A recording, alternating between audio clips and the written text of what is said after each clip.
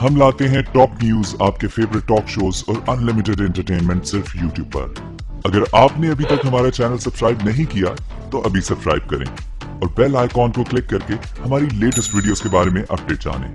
Subscribe कीजिए और हम आपको लिए चलेंगे आपकी फेवरेट वीडियो की तरफ। Thank you. When I came into office, I promised to look at the world's challenges with open eyes and very fresh thinking. We cannot solve our problems by making the same failed assumptions and repeating the same failed strategies of the past. Old challenges demand new approaches. My announcement today marks the beginning of a new approach to conflict between Israel and the Palestinians. In 1995, Congress adopted the Jerusalem Embassy Act, urging the federal government to relocate the American embassy to Jerusalem and to recognize that that city, and so importantly, is Israel's capital. This act passed Congress by an overwhelming bipartisan majority and was reaffirmed by a unanimous vote of the Senate only 6 months ago. Yet for over 20 years, every previous American president has exercised the law's waiver, refusing to move the U.S. Embassy to Jerusalem or to recognize Jerusalem as Israel's capital city. Presidents issued these waivers under the belief that delaying the recognition of Jerusalem would advance the cause of peace. Some say they lacked courage, but they made their best judgments based on facts as they understood them at the time. Nevertheless, the record is in. After more than 2 decades of waivers, we are no closer to a lasting peace agreement between Israel and the Palestinians. It would be folly to assume that repeating the exact same formula would now produce a different or better result. Therefore, I have determined that it is time to officially recognize Jerusalem as the capital of Israel. While previous presidents have made this a major campaign promise, they failed to deliver. Today, I am delivering. I've judged this course of action to be in the best interests of the United States of America and the pursuit of peace between Israel and the Palestinians. This is a long overdue step to advance the peace process and to work towards a lasting agreement. Israel is a sovereign nation with the right, like every other sovereign nation, to determine its own capital. Acknowledging this is a fact is a necessary condition for achieving peace. It was 70 years ago that the United States, under President Truman, recognized the State of Israel. Ever since then, Israel has made its capital in the city of Jerusalem, the capital the Jewish people established in ancient times. Today, Jerusalem is the seat of the modern Israeli government. It is the home of the Israeli parliament, the Knesset, as well as the Israeli Supreme Court. It is the location of the official residence of the Prime Minister and the President. It is the headquarters of many government ministries. For decades, visiting American presidents, secretaries of state, and military leaders have met their Israeli counterparts in Jerusalem, as I did on my trip to Israel earlier this year.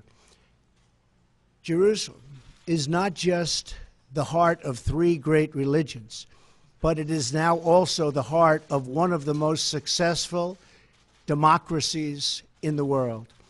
Over the past 7 decades, the Israeli people have built a country where Jews, Muslims, and Christians and people of all faiths are free to live and worship according to their conscience and according to their beliefs. Jerusalem is today and must remain a place where Jews pray at the Western Wall, where Christians walk the stations of the cross, and where Muslims worship at Al-Aqsa Mosque. However, through all of these years, presidents representing the United States have declined to officially recognize Jerusalem as Israel's capital. In fact, we have declined to acknowledge any Israeli capital at all. But today we finally acknowledge the obvious, that Jerusalem is Israel's capital. This is nothing more or less than a recognition of reality. It is also the right thing to do. It's something that has to be done. That is why, consistent with the Jerusalem Embassy Act, I am also directing the State Department to begin preparation to move the American Embassy from Tel Aviv to Jerusalem. This will immediately begin the process of hiring architects, engineers, and planners so that a new embassy, when completed, will be a magnificent tribute to peace. In making these announcements, I also want to make one point very clear. This decision is not intended in any way to reflect a departure from our strong commitment to facilitate a lasting peace agreement. We want an agreement that is a great deal for the Israelis and a great deal for the Palestinians. We are not taking a position of any final status issues, including the specific boundaries of the Israeli sovereignty in Jerusalem or the resolution of contested borders. Those questions are up to the parties involved. The United States remains deeply committed to helping facilitate a peace agreement that is acceptable to both sides. I intend to do everything in my power to help forge such an agreement. Without question, Jerusalem is one of the most sensitive issues in those talks. The United States would support a two-state solution if agreed to by both sides. In the meantime, I call on all parties to maintain the status quo at Jerusalem's holy sites, including the Temple Mount, also known as Haram al-Sharif. Above all, our greatest hope is for peace, the universal yearning in every human soul. With today's action, I reaffirm my administration's longstanding commitment to a future of peace and security for the region. There will, of course, be disagreement and dissent regarding this announcement. But we are confident that ultimately, as we work through these disagreements, we will arrive at a peace and a place far greater in understanding and cooperation. This sacred city should call forth the best in humanity, lifting our sights to what it is possible, not pulling us back and down to the old fights that have become so totally predictable. Peace is never beyond the grasp of those willing to reach it. So today we call for calm, for moderation, and for the voices of tolerance to prevail over the purveyors of hate. Our children should inherit our love, not our conflicts. I repeat the message I delivered at the historic and extraordinary summit in Saudi Arabia earlier this year. The Middle East is a region rich with culture, spirit, and history. Its people are brilliant, proud, and diverse, vibrant, and strong. But the incredible future awaiting this region is held at bay by bloodshed, ignorance, and terror.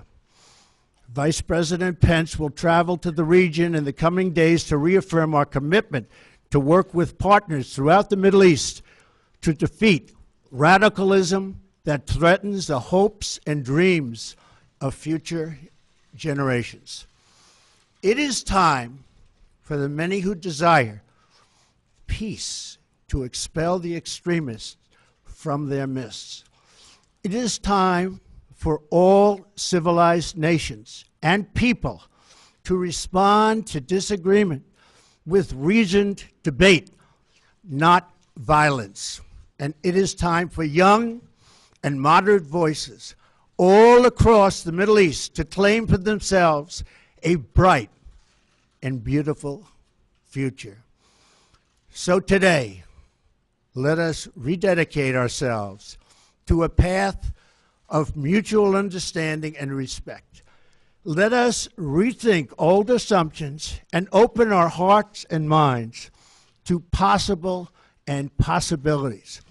And finally, I ask the leaders of the region, political and religious, Israeli and Palestinian, Jewish and Christian and Muslim, to join us in the noble quest for lasting peace. Thank you. God bless you. God bless Israel. God bless the Palestinians. And God bless the United States. Thank you very much. Thank you.